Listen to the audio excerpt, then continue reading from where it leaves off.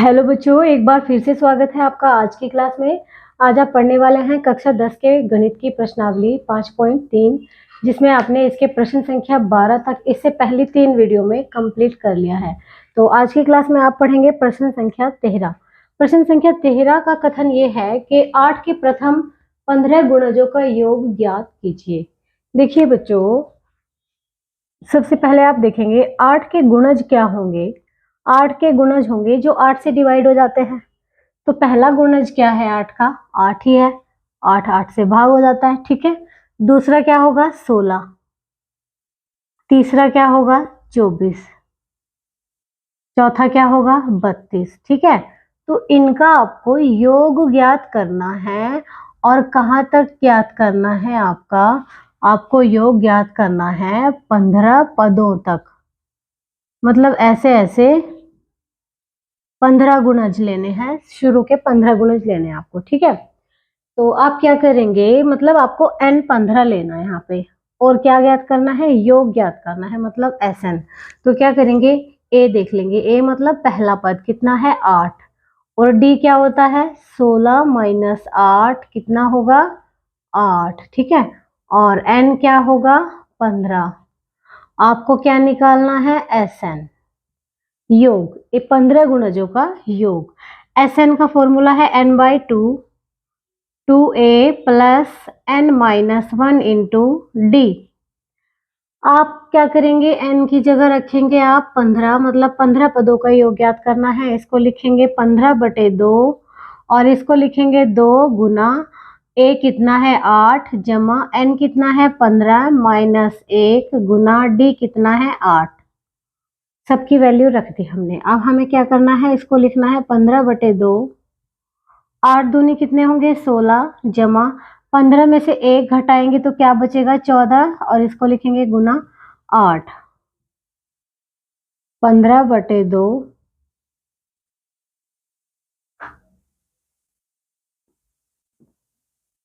16 जमा 14 अट्ठे होते हैं 112, ठीक है। मतलब 14 की 8 से गुना करा के लिख दिया, 14 अट्ठे 112। आप क्या करेंगे, 15/2 गुना लगा देंगे और इसको जोड़ देंगे। कितना आएगा? जब हम इसको जोड़ेंगे तो कितना आएगा? 128, ठीक है। 2 से जब 128 को काटेंगे तो क्या आ जाएगा? 2 छक्के 12, 2 चौक 8, तो 15 गुना 64। आप क्या करेंगे, इन दोनों की गुना कर लेंगे।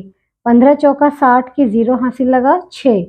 15 छिक्का 90 और 6 96, मतलब कितना आएगा? 960।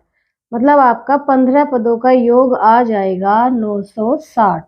और यही आपका क्या होगा? सही आंसर। यही आपको ज्ञात करना था। चलिए इसको नोट कर लीजिए।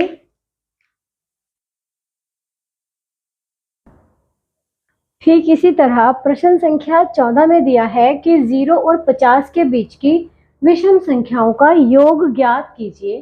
तो आप क्या करेंगे, सबसे पहले 0 और 50 के बीच में जो विषम संख्याएं होती हैं उनको लिख लेंगे। अब ये देखिए, 0 और 50 के बीच लिखनी है तो 0 के बाद क्या आएगा? बीच में क्या आएगा? 1 आएगा, ठीक है।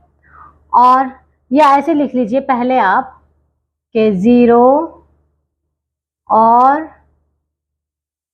50 के बीच विषम संख्याएं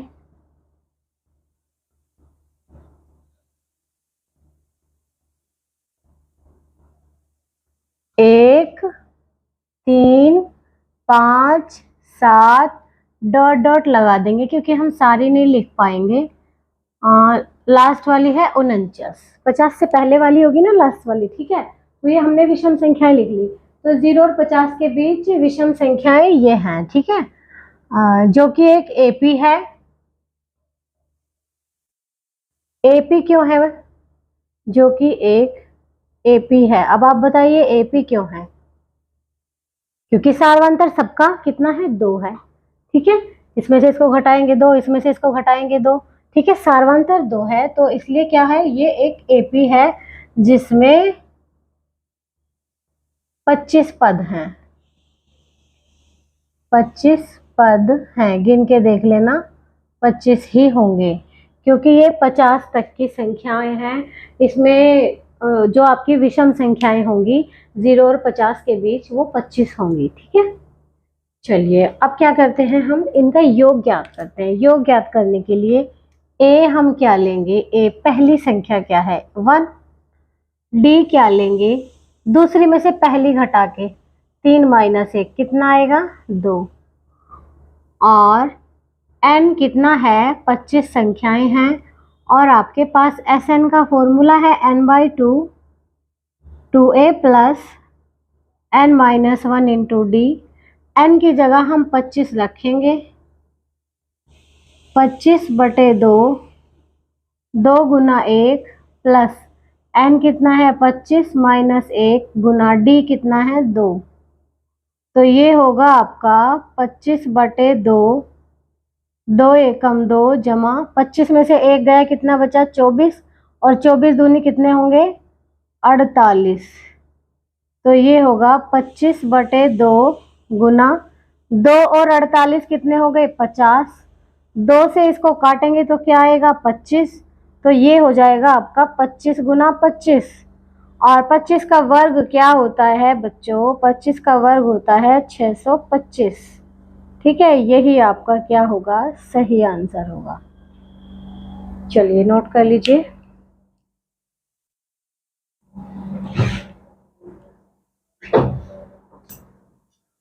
देखिए बच्चों, प्रश्न संख्या 15 में ये दिया है कि निर्माण कार्य से संबंधित किसी ठेके में एक निश्चित तिथि के बाद कार्य को विलंब से पूरा करने के लिए जुर्माना लगाने का प्रावधान इस प्रकार है।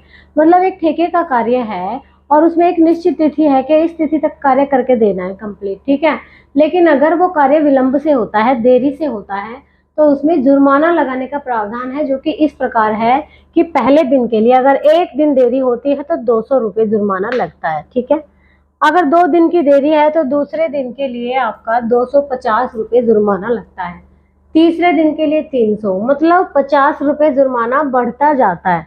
ठीक है, अर्थात प्रत्येक उत्तरोत्तर दिन का जुर्माना अपने से ठीक पहले दिन के जुर्माने से 50 रुपये अधिक है। ठीक है, तो किस तरह से हम इसका योग निकालेंगे, इसमें दिया है कि एक ठेकेदार को जुर्माने के रूप में कितनी राशि अदा करनी पड़ेगी यदि वह इस कार्य में 30 दिन का विलंब कर देता है। अब वो 30 दिन देरी से कर देता है तो प्रत्येक दिन 50 रुपये बढ़ते जाएंगे। ठीक है, तो इसको कैसे ज्ञात करेंगे, सबसे पहले आप लिखेंगे कि प्रत्येक दिन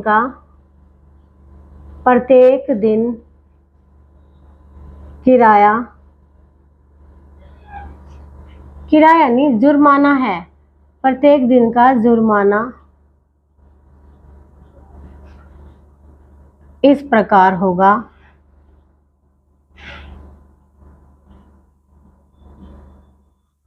पहले दिन का 200, दूसरे दिन का 250, तीसरे दिन का 300, चौथे दिन का 350, इस तरह से किराया बढ़ता जाएगा। ठीक है, कुल 30 दिन तक, 30 दिन देरी से काम होता है। ठीक है, तो आपको क्या ज्ञात करना है कि ये पूरा जुर्माना 30 दिन का कर ज्ञात करना है कि 30 दिन कार्य देरी से करता है तो उसको कितना कर देना पड़ेगा। ठीक है, इसको क्या करेंगे, ये एपी है तो लिख देंगे जो कि एक एपी है जिसमें 30 पद हैं, तो इनका योग ज्ञात करना है आपको। तो ए क्या होगा, लास्ट में ये लिख देंगे कि 30 दिन का विलंब कर S30 होगा। तो आपको S30 निकालना है। ए कितना है 200, डी कितना है 50, कितना प्लस हो रहा है 50, एन कितना है 30, एस एन निकाल देंगे। एस एन होता है n/2, 2a plus n - 1 into D. n की जगह 30 रखेंगे, 30/2, 2 गुना a कितना है 200 जमा 30 - 1 गुना 50, तो आपका 30/2 होगा 15, 200 दूनी 400, प्लस 30 माइनस 1 कितने होंगे 29, गुना 50।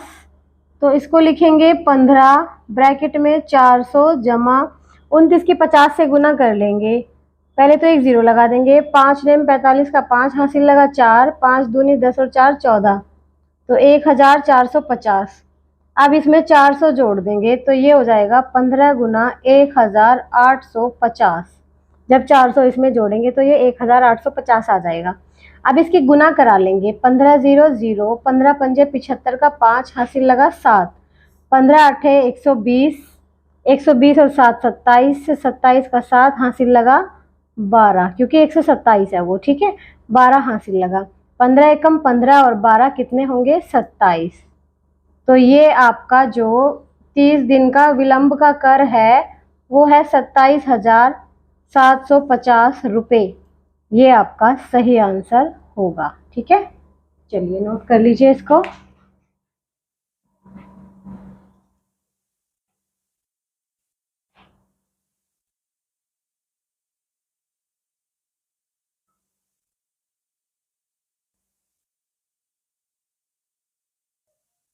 अब आप देखिए प्रश्न संख्या 16 में दिया है कि किसी स्कूल के विद्यार्थियों को उनके समग्र शैक्षिक प्रदर्शन के लिए 7 नगद पुरस्कार देने के लिए 700 रुपए की राशि रखी गई है।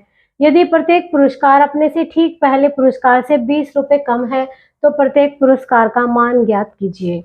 देखिए प्रश्न इस प्रकार है कि एक विद्यालय में जो शैक्षिक प्रदर्शन है उसके लिए बच्चों के लिए 7 नगद पुरस्कार रखे हैं। नगद मतलब कैश देना है, 700 रुपए हैं, ठीक है। 700 रुपए 7 बच्चों में बांटने हैं। तो इसमें बोला गया है कि जो पहले फर्स्ट पोजीशन पे बच्चा है उसको जो भी पुरस्कार दिया जाता है उससे अगले बच्चे को 20 रुपए कम मिलते हैं, सेकंड वाले बच्चे को 20 रुपए कम मिलते हैं, थर्ड वाले को उससे 20 कम मिलेंगे, ठीक है।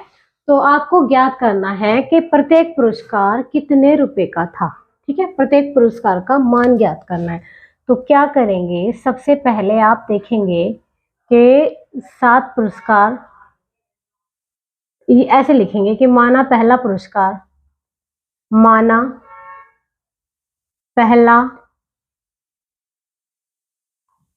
पुरस्कार कितना होगा ए, ठीक है। या ऐसे लिख देंगे माना पहला पुरस्कार ए है, ठीक है। तब 7 पुरस्कार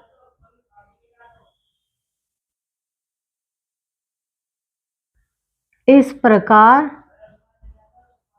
होंगे। 7 पुरस्कार कैसे होंगे, ऐसे होंगे, पहला तो ए, दूसरा ए माइनस 20, तीसरा क्या होगा ए माइनस 40, चौथा मतलब 20 रुपए कम, 20 माइनस, ठीक है। इसमें से 20 माइनस कर दिया, ए माइनस 20, फिर 20 माइनस करो तो माइनस माइनस जुड़ जाते हैं ना, माइनस 40 होगा। अगला क्या होगा ए माइनस 60, फिर क्या होगा ए माइनस 80। कितने लेने हैं हमें, अभी 5 लिए हैं हमने, हमें लेने हैं 7। छठा होगा ए माइनस 100 और 7वां होगा ए माइनस 120, ठीक है। अब इनका योग कितना है, टोटल कितने रुपए है ये, मतलब पहला पुरस्कार ये, दूसरा ये, तीसरा, चौथा, पांचवा, छठा, सातवां, ठीक है। और इनका योग क्या है 700 रुपए। तो अब लिखेंगे 7 पुरस्कारों का योग कितना है बच्चों 700, ठीक है। तो इनको योग करेंगे, अब कैसे करेंगे, ए जमा ए माइनस 20 जमा ए माइनस 40 जमा ए माइनस 60 जमा ए माइनस 80 जमा ए माइनस 100 जमा ए माइनस 120। बराबर के नीचे बराबर लिखते हैं तो सही लगता है प्रश्न और होता भी सही है, ठीक है। ए माइनस 120 है यहाँ पे, ये 700 के बराबर है आपका, ठीक है। अब क्या करेंगे, ए को जोड़ लेंगे, 1 2 3 4 5 6 7, 7 बार ए है तो लिखेंगे 7 ए। अब इनको जोड़ लेंगे, -20 और -40 कितने होंगे -60, ठीक है। और -60 और -60 कितने होंगे, -120। -120 और 80 कितने होंगे, -200। और ये 100 जुड़ेंगे तो -300 और -420। तो इसको ऐसे लिखेंगे 7a माइनस का 420 बराबर 700। ठीक है, अब क्या करेंगे, इस 420 को हम इधर ले जाएंगे। 7a बराबर 700 जमा 420। 420 माइनस का है ना यहाँ पे, तो इधर जाके कैसा हो जाएगा, प्लस का हो जाएगा। 7a बराबर 1120, इनको जोड़ लेंगे। ठीक है, तो a बराबर क्या होगा, 1120/7। तो इसको जब काटेंगे तो क्या आएगा, 7 एकम 7, कितना बचा, 42, 7 छिंग 42, 0। a कितना आ गया, 60। इसका मतलब हमें पहला पुरस्कार मिल गया है। पहला पुरस्कार क्या है, a कितना है, पहला पुरस्कार 60 रुपए। ठीक है, 60 नहीं बच्चों, 160, हमने गलती से 60 लिख दिया। ये पहला पुरस्कार कितना है, 160 रुपए। ठीक है, अब क्या लिखेंगे, अतः 7 पुरस्कार इस प्रकार होंगे। कैसे होंगे 7 पुरस्कार, सबसे पहले वाला लिखेंगे, पहला कितना होगा, 160, और दूसरा क्या होगा, 160 माइनस 20 मतलब 140, और तीसरा 160 माइनस 40 कितना होगा, मतलब 20 कम करते जाएंगे, कितना होगा 120। अगला कितना होगा 100, मतलब 160 में से 60 घटाएंगे 100। फिर अगला क्या आएगा 80, 160 में से 80 घटाएंगे तो कितना आएगा 80, और उससे अगला कितना होगा 60, और उससे अगला कितना होगा 40। इस तरह से ये 7 पुरस्कार होंगे। ये आपका क्या होगा, सही आंसर। चलिए नोट कर लीजिए इसको। देखिए बच्चों, प्रश्न संख्या 17 में दिया है कि एक स्कूल के विद्यार्थियों ने वायु प्रदूषण कम करने के लिए स्कूल के अंदर और बाहर पेड़ लगाने के बारे में सोचा। ये निर्णय लिया कि प्रत्येक कक्षा का प्रत्येक अनुभाग अपनी कक्षा की संख्या के बराबर पेड़ लगाएगा। उदाहरणार्थ दिया है इसमें, कक्षा 1 का एक अनुभाग एक पेड़ लगाएगा। पहली कक्षा के बच्चे केवल एक पेड़ लगाएंगे, ठीक है, और दूसरी कक्षा के बच्चे 2 पेड़ लगाएंगे। कक्षा 2 का एक अनुभाग 2 पेड़ लगाएगा, और कक्षा 3 का एक अनुभाग 3 पेड़ लगाएगा, इत्यादि। ठीक है, और ऐसा कक्षा 12 तक के लिए चलेगा। इसका मतलब कक्षा 10 का 10 पेड़ लगाएगा, कक्षा 12 का 12 पेड़ लगाएगा। ठीक है, तो इसमें लिखा है कि प्रत्येक कक्षा के 3 अनुभाग हैं। अब बात एक और आ गई है कि पहले एक कक्षा के हर क्लास के 3 सेक्शन हैं। ठीक है, तो पहली कक्षा के बच्चे एक पेड़ लगाएंगे, तो तीनों सेक्शन एक एक पेड़ लगाएंगे। इसका मतलब पहली कक्षा के बच्चे 3 पेड़ लगाएंगे। बात समझ आई? और स्कूल के विद्यार्थियों द्वारा लगाए गए कुल पेड़ों की संख्या बतानी है आपको, तो आप कैसे करेंगे इसको, चलिए लिख लेते हैं।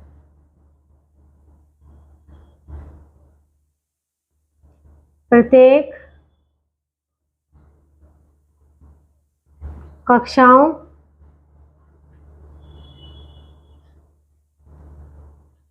के विद्यार्थियों द्वारा लगाए गए पेड़ों की संख्या।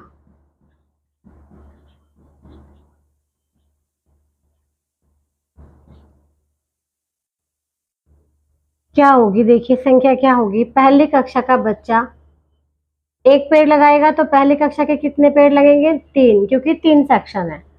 और दूसरी कक्षा के कितने पेड़ लगेंगे, 2 गुना 3। तीसरी कक्षा के कितने पेड़ लगेंगे, 3 गुना 3। चौथी कक्षा के 4 गुना 4। इसी तरह 12, 4 गुना 3। ठीक है, इसी तरह 12 तक चलेगा। 12वीं कक्षा के 12 गुना 3 पेड़ लगेंगे। ठीक है, अर्थात 3 6, 9, 12, डॉट डॉट लगा देंगे 36। इसका मतलब जो कि AP है। तो इसमें दिया है कि स्कूल के विद्यार्थियों द्वारा लगाए गए कुल पेड़ों की संख्या इस प्रकार सभी विद्यार्थियों द्वारा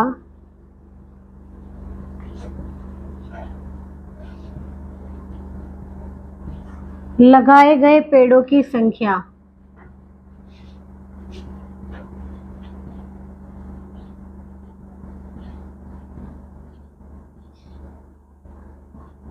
क्या होगी, देखिए S12 होगी, क्योंकि कितने हैं कुल सेक्शन, कक्षाएं कुल कितनी हैं 12। ठीक है, तो यहाँ से A कितना होगा, A होगा 3, D कितना होगा 6 माइनस 3 कितना होगा 3, N कितना होगा 12। तो SN का फॉर्मूला है N/2 2A plus N minus 1 into D। N की वैल्यू रख देंगे 12, यहाँ भी 12/2 प्लस 2 गुना A कितना दिया हुआ है 3 प्लस N है 12 माइनस 1 गुना D कितना है 3। 12/2 कितना होगा 6, 2 तिया 6 जमा 12 में से 1 घटाएंगे तो क्या बचेगा 11, और 11 गुना 3 लिख देंगे इसको। तो ये होगा आपका 6 जमा 11 तिया 33, 6 गुना 33 में 6 जोड़ देंगे तो कितना होगा 39। अब इसकी गुना करा देंगे, 6 नम 54 का 4 हासिल लगा 5, 6 तिया 18, 18 और 5 कितने होंगे 23। तो S12 कितना आएगा 234। सभी विद्यार्थियों द्वारा लगाए गए पेड़ों की संख्या होगी 234।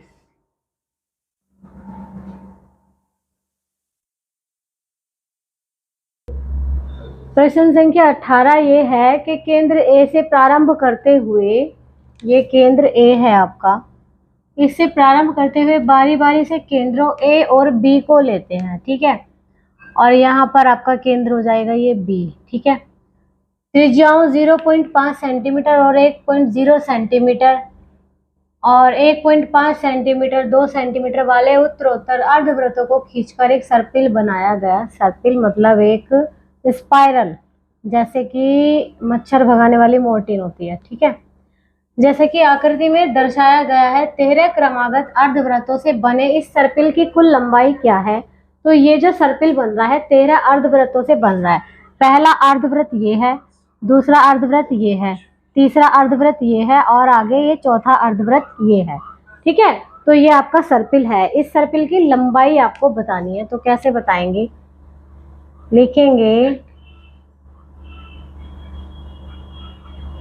यहाँ हमें S13 बराबर, S13 क्या होगा, पाई R1 पाई R2 पाई R3 डॉट डॉट पाई R13 ज्ञात करना है। इसका मतलब हमें इन सर्पिल, सारे सर्पिलों का योग ज्ञात करना है। अब एक सर्पिल की लंबाई क्या होती है, जो ये एक सर्पिल है यहाँ तक पूरा एक सर्कल है, मान लिया सर्कल, सर्कल की लंबाई मतलब इसका पेरीमीटर, इसकी परिधि सर्कमफ्रेंस क्या होती है 2 पाई R। लेकिन यहाँ बात कर रहे हैं अर्धवृत्त की, तो कितना होगा पाई R। तो हमने इसलिए इनको लिखा है पाई R1 पाई R2 पाई R3 पाई R13। ठीक है, मतलब ये L1 जो है आपका L1 plus L2 plus L3 plus dot dot L13 ये आपको ज्ञात करना है। ठीक है, तो कैसे करेंगे, S13 बराबर, यहाँ से देखेंगे पाई कॉमन है और ये क्या है R1 plus R2 plus R3 plus dot dot, ये कितना होगा R13। इस तरह से लिख लिया हमने, पाई को कॉमन ले लिया, पाई यहाँ आ गया। R1 कितना है, पहले वृत्त की त्रिज्या, पहले अर्धवृत्त की त्रिज्या कितनी है 0.5, इससे अगले की 1.0, उससे आगे वाले की कितनी है 1.5 डॉट डॉट, तो 13वें की कितनी होगी, 13वें सर्पिल की त्रिज्या होगी, देखिए 12वें की तो 6 होगी और 13वें की क्या होगी 6.5। तो इस तरह से आपको इनका योग ज्ञात करना है। तो क्या करेंगे, इसको पाई लिखेंगे और यहाँ फॉर्मूला लगा देंगे एस एन का। एस एन का फॉर्मूला क्या होगा, n/2 मतलब 13/2, 2a मतलब 2 गुना 0.5 प्लस n-1 इंटू डी, या एक काम करेंगे a plus d, a plus a n कर देंगे, a plus a n, a कितना है 0.5 प्लस ए एन कितना है 6.5, तो इसे लिखेंगे पाई 13/2 गुना 0.5 और 6.5 कितना होगा 7.0 मतलब 7, ठीक है। अब इसको लिखेंगे, पाई की वैल्यू को लिखेंगे 22/7 गुना 13/2 गुना 7, ऐसे लिखेंगे। 7 से 7 काट दिया, 2 से 22 को काटेंगे तो क्या आएगा 11, 11 गुना 13 कितना होगा 11 × 33 का 3, हंसी लगा 3, 11 कम 11 और 3 14, तो ये होगा S13 आपका क्या आएगा 143। यहाँ लिखेंगे अतः सर्पिल की लंबाई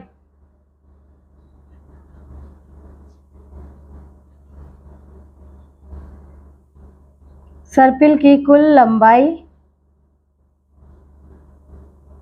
143 सेंटीमीटर है। यहाँ कंफ्यूज नहीं होना, यहाँ फॉर्मूला लगाया है n/2 a plus a n, ये फॉर्मूला लगाया है यहाँ पे, ठीक है। a कितना है 0.5 और ए एन कितना है 6.5, ठीक है। यहाँ हमने ये फॉर्मूला लगाया, चलिए नोट कीजिए इसको।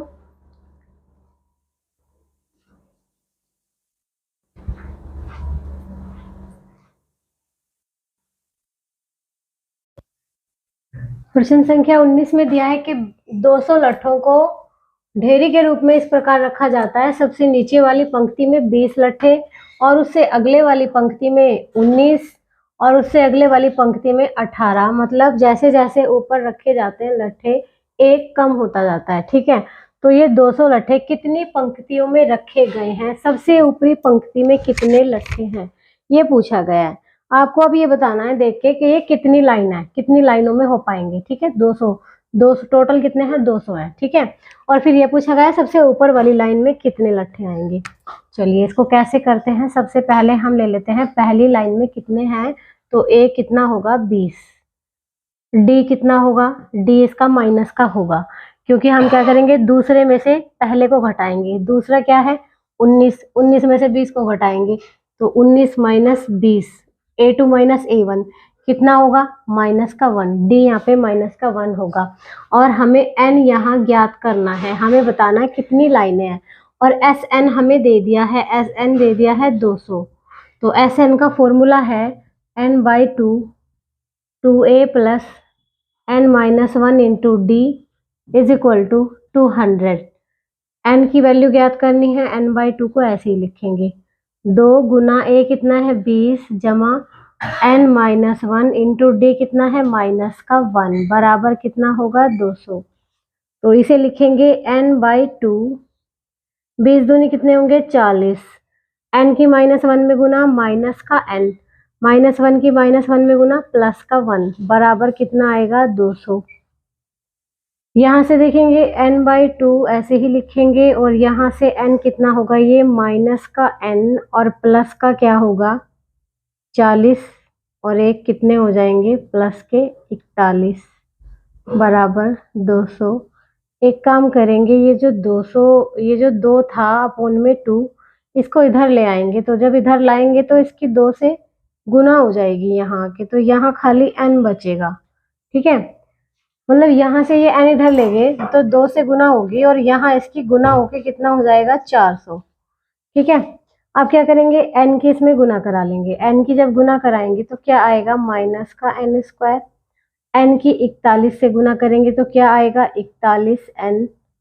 और यहाँ कितना है, प्लस माइनस का 400 बराबर कितना आएगा, 0।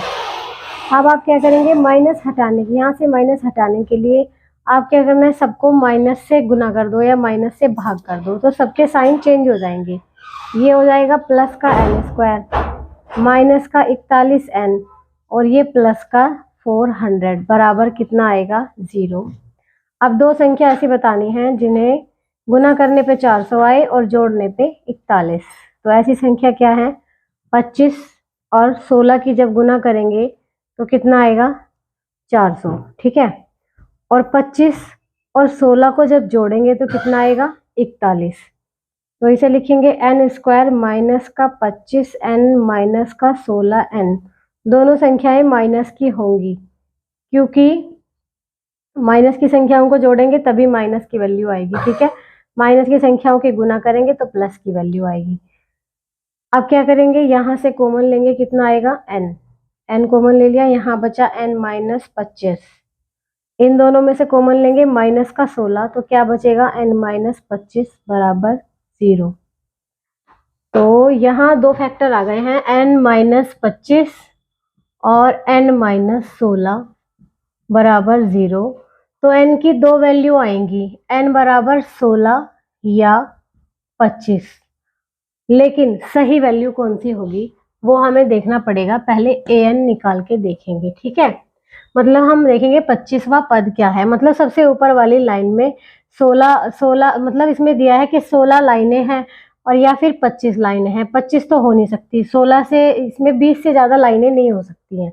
ठीक है, क्योंकि 20 और 20 की गुना क्या होता है, 400, लेकिन यहाँ कुल 200 लट्ठे हैं। तो इसमें क्या करेंगे, an निकाल के देख लेंगे। an क्या होगा, a plus n minus 1 into D. n को हम रख के देखेंगे, अगर 25 रख के देखो, a 25 बराबर a कितना है, a देखिए यहाँ से 20 जमा 25 माइनस 1 और d कितना है, माइनस का 1, तो कितना आएगा, 20 जमा 25 माइनस 1 कितना हो गया, 24 गुना माइनस का 1, तो ये आएगा 20 minus 24 is equal to minus का 4। तो माइनस की तो संख्या ये आ ही नहीं सकती। ठीक है, 25वां पद माइनस का नहीं हो सकता, क्योंकि यहाँ लट्ठों की संख्या पूछी जा रही है। ठीक है, n की वैल्यू 16 रख के देखेंगे। यदि n बराबर 25, ठीक है, अब लेंगे यदि n बराबर 16, तब ए एन बराबर क्या होगा, a plus n minus 1 into d. a 16 is equal to a कितना है, 20 प्लस 16 माइनस 1, डी कितना है, माइनस 1। 20 प्लस 15 गुना माइनस 1, तो 20 माइनस 15 कितना होगा, 5। इसका मतलब सबसे ऊपर वाली लाइन में 5 लट्ठे होंगे। माइनस के कभी संख्याएं, किसी चीज की संख्या कभी माइनस की नहीं हो सकती, किसी की काउंटिंग कभी माइनस की नहीं हो सकती। ठीक है, पूछा है ना कितने लट्ठे हैं सबसे ऊपर, तो -4 तो कभी हो ही नहीं सकते ना, तो सबसे ऊपर कितने होंगे, 5 लट्ठे होंगे। चलिए नोट कीजिए इसको।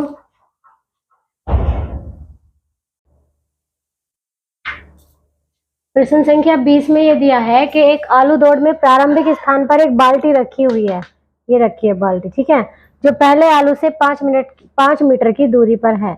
ये पहला आलू जो है इस बाल्टी से 5 मीटर की दूरी पर रखा है। ठीक है, तथा अन्य आलुओं को एक सीधी रेखा में परस्पर 3 मीटर की दूरियों पर रखा गया है और बाकी के सारे आलू 3-3 मीटर की दूरी पर हैं। ठीक है, अब इस रेखा पर 10 आलू रखे गए हैं, प्रत्येक प्रतियोगी बाल्टी से चलना प्रारंभ करती है। कुल मिला के 10 आलू रखे हुए हैं ये। ठीक है, और प्रत्येक प्रतियोगी क्या करती है, बाल्टी से चलना प्रारंभ करती है, यहाँ से जो पहला आलू है ना 5 मीटर की दूरी पे, यहाँ से चलना प्रारंभ करती है और निकटतम आलू को उठाती है, उसे लेकर वापस दौड़ती है, उसे उठाकर वापस बाल्टी में डालती है। यहाँ तक आएगी, ये आलू उठा के बाल्टी में डाल देगी। ठीक है, और वह ऐसा तब तक करती रहती है जब तक सभी आलू बाल्टी में न आ जाएं। फिर दूसरा आलू उठाने के लिए वो फिर से चल के जाएगी, इसको लाके बाल्टी में डालेगी, फिर तीसरा आलू उठा के लाके बाल्टी में डालेगी। ठीक है, तो वह ऐसा तब तक करेगी जब तक सभी आलू इस बाल्टी में नहीं आ जाते। तो इसमें प्रतियोगी को कुल कितनी दूरी दौड़नी पड़ेगी ये आपको बताना है, कि कुल कितनी दूरी उसको चलना पड़ेगा। चलिए कैसे करेंगे इसको हल। सबसे पहले देखेंगे पहला आलू उठाने के लिए उसे कितना चलना पड़ेगा। 5 मीटर जाना पड़ेगा और 5 मीटर आना पड़ेगा। इसका मतलब पहला आलू उठाने के लिए कुल तय की गई दूरी बराबर, पहले आलू के लिए कितना चलेगी, 2 गुना 5। ठीक है, उसके बाद अगले आलू के लिए कितना चलना पड़ेगा उसको, 5 तो ये चलना ही है, प्लस 3 हो जाएगा, 5 प्लस 3 और इसका डबल। तो क्या लिखेंगे, 2 गुना 5 प्लस 3। ये दूसरा आलू उठाने के लिए उसको चलना पड़ेगा। तीसरे आलू के लिए कितना चलेगी वो, 2 गुना 5 प्लस 3 जमा 3, इतना चलेगी। तो क्या इसको 3 जमा 3 को हम ऐसे लिख सकते हैं, 2 गुना 3, ऐसे भी लिख सकते हैं। ठीक है, तो ऐसा वो कब तक करेगी, 10 आलू उठाने तक। कुल 10 पद हैं इसमें, इसका मतलब ये है। ठीक है, तो इसको हम सॉल्व कर लेंगे। पहले आलू को उठाने में कितना चलेगी, 2 गुना 5, 2 पंजे 10, प्लस उसके बाद 5 और 3 8 और इसकी गुना कर देंगे 2 से, कितना चलेगी 16, प्लस इससे अगले वाला 2 तिया 6 और 6 और 5 11, 11 की 2 में गुना करेंगे तो क्या आएगा 22। ऐसा कब तक चलेगी वो, कुल 10 पद तक। इसका मतलब 10 पदों का योग ज्ञात करना है। तो कैसे करेंगे, फॉर्मूला है, यहाँ से पहले आप देख लेंगे कि a बराबर कितना होगा 10, a तो 10 है, d कितना होगा 16 माइनस 10 मतलब 6। ठीक है, n कितना है 10, क्या निकालना है Sn, कुल तय की गई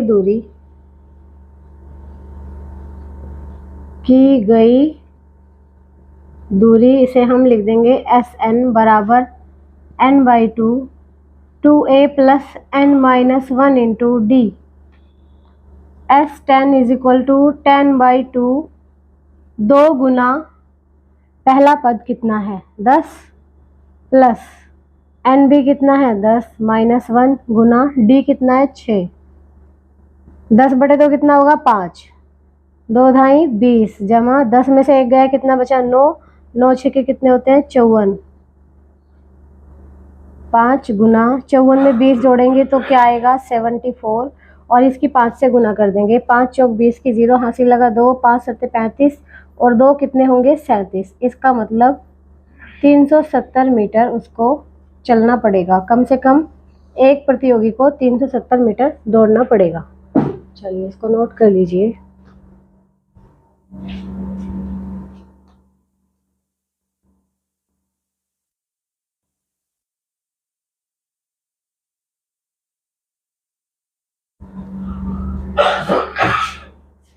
देखिए बच्चों, आपने ये नोट कर लिया होगा और इसी के साथ आपका ये चैप्टर नंबर 5 आज समाप्त होता है। तो चलिए फिर मिलते हैं आपसे अगली क्लास में एक नए चैप्टर के साथ।